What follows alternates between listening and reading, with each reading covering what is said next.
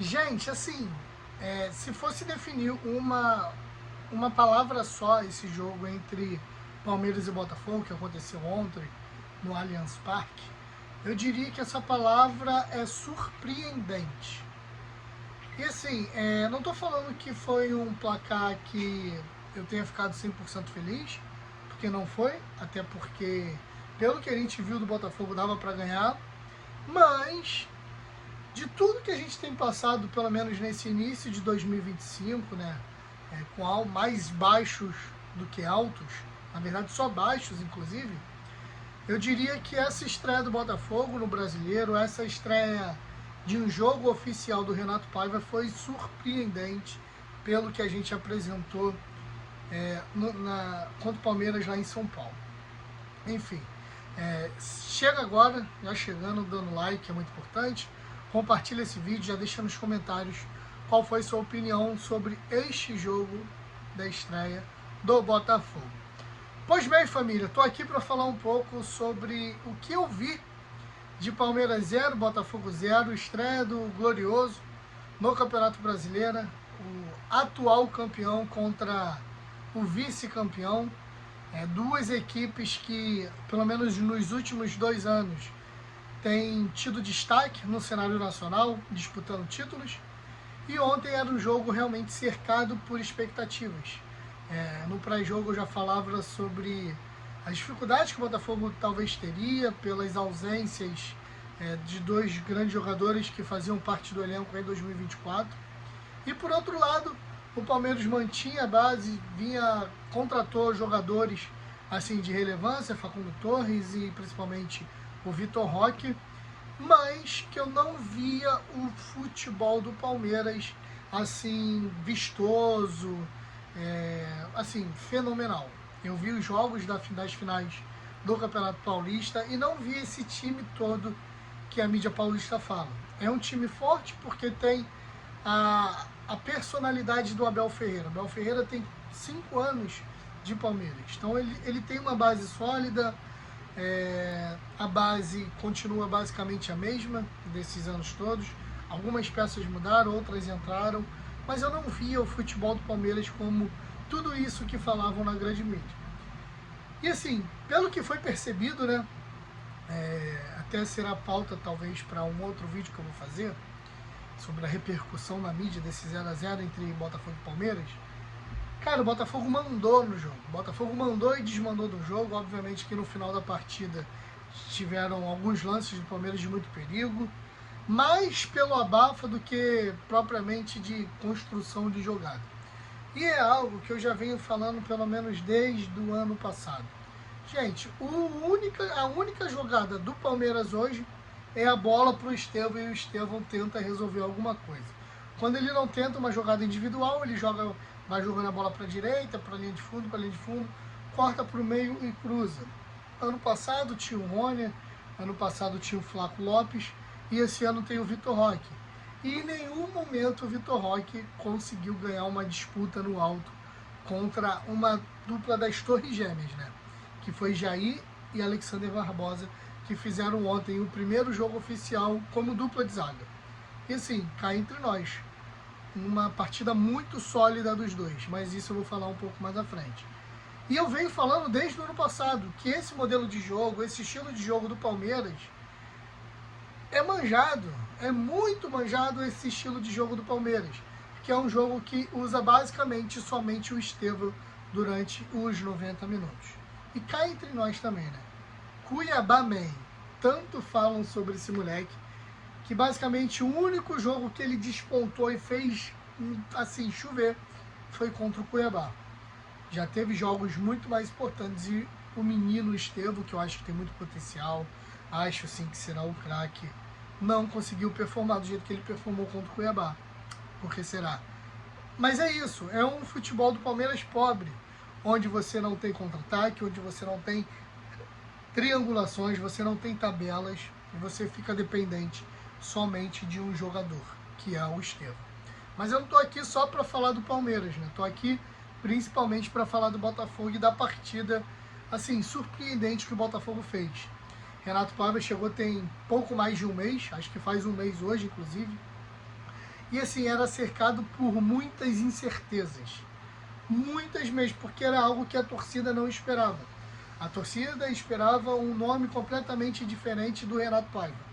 E o Renato Paiva foi anunciado de forma até surpreendente, até pela grande mídia, não foi vazado, não foi nada. O Renato Paiva já teve uma passagem aqui pelo Bahia, onde os torcedores do Bahia, eles próprios não gostavam. Acho que mais pelo que o Renato Paiva produzia de falas do que de futebol. Mas o que a gente viu ontem foi muito, assim, muito surpreendente. Primeiro, ao se passar pela escalação inicial.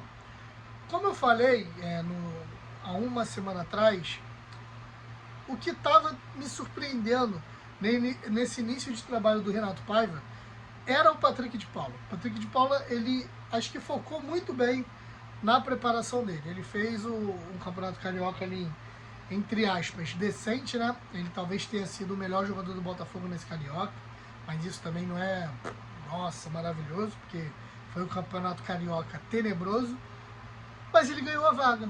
Ontem ele ganhou a vaga, ele já tinha entrado de titular no jogo contra o Novo Horizontino, que foi um amistoso, mas ele havia entrado na vaga do Savarino, que estava com a seleção. E ontem a expectativa, né, a minha expectativa, e acho que a expectativa de todos nós, era que o Botafogo entrasse com o Savarino, mas com o Santiago Rodrigues, que foi talvez a maior contratação desse mercado no Botafogo. E a gente não viu isso. A gente viu o Renato Paiva optando ontem pelo Patrick de Paula e cá entre nós. Jogou muito bem. Jogou um pouco mais avançado, jogou pisando na área, construindo, marcação também muito bem. E o Savarino jogou pela ponta direita e o Arthur pela ponta esquerda. Então a gente viu um Botafogo um pouco diferente, com uma marcação alta, uma marcação pressão, saindo em transição, saindo com velocidade e também, principalmente, gostando muito de ficar com a bola. Esse Botafogo do Renato Paiva possivelmente vai gostar muito de ficar com a bola. Em algumas ocasiões o Botafogo chegava na frente, via que não tinha espaço e novamente voltava a bola atrás, trabalhando com o Jair, trabalhando com o Barbosa, trabalhando com o Telles, trabalhando com o Gregory. E outro ponto que eu quero destacar, eu senti muita diferença também no jogo do Marlon Freitas. Senti o Marlon Freitas um pouco mais à vontade no meio-campo, chegando na frente, construindo mais jogadas. Talvez ele com o Patrick de Paula, eles talvez fizessem essa troca. Só que eu não percebi, mas possivelmente tenha acontecido isso.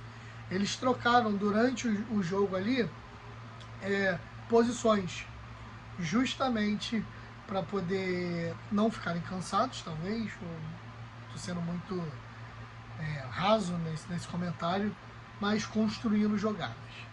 O Botafogo foi sólido defensivamente, só no final que o Palmeiras realmente ofereceu perigo. O Botafogo pecou principalmente com o Savarino. O Savarino teve 3 oportunidades claras, duas na verdade o Everton fez defesas, e na última ele saiu de cara, no último lance ali que ele deu uma adiantada na bola, ele adiantou demais e a bola ficou com o Everton. Teve uma oportunidade também com o Igor Jesus, cabeceio, com chute, enfim. Botafogo sólido defensivamente, muito organizado no meio campo. No ataque, criou bastante, mas pecou principalmente nas finalizações. O saldo ontem, apesar de tudo, apesar do empate, apesar das chances criadas e apesar do 0-0, para mim foi positivo, porque eu particularmente não estava esperando o eixo Botafogo. Estava esperando o Botafogo com muito mais dificuldade de transição, com dificuldades defensivas, mas graças a Deus, abemos técnico. Talvez o Renato Paiva tenha dado a esse elenco novamente aquela energia que contagiava em 2024, e é isso que esse elenco precisa. Esse elenco precisa de energia, porque a gente sabe que são jogadores bons, que são jogadores que já entregavam, mas que eles precisavam de uma injeção de ânimo.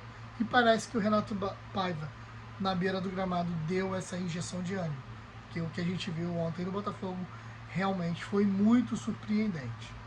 Até mesmo o Gregory, pós-partida, né, ali na coletiva, depois do jogo, ele falou que o Renato Paiva deu novamente a energia de competição, a injeção de competição que esse elenco precisava. E é isso que eu estou falando. Pois bem, o Botafogo agora dá uma pausa no Campeonato Brasileiro para se dedicar à Libertadores. Joga contra a Universidade de Chile na quarta-feira, no Chile, a primeira rodada da Copa Libertadores. E depois, no próximo final de semana, no sábado, às 21 horas, volta a atenção no Campeonato Brasileiro contra o Juventude no estádio Newton Santos.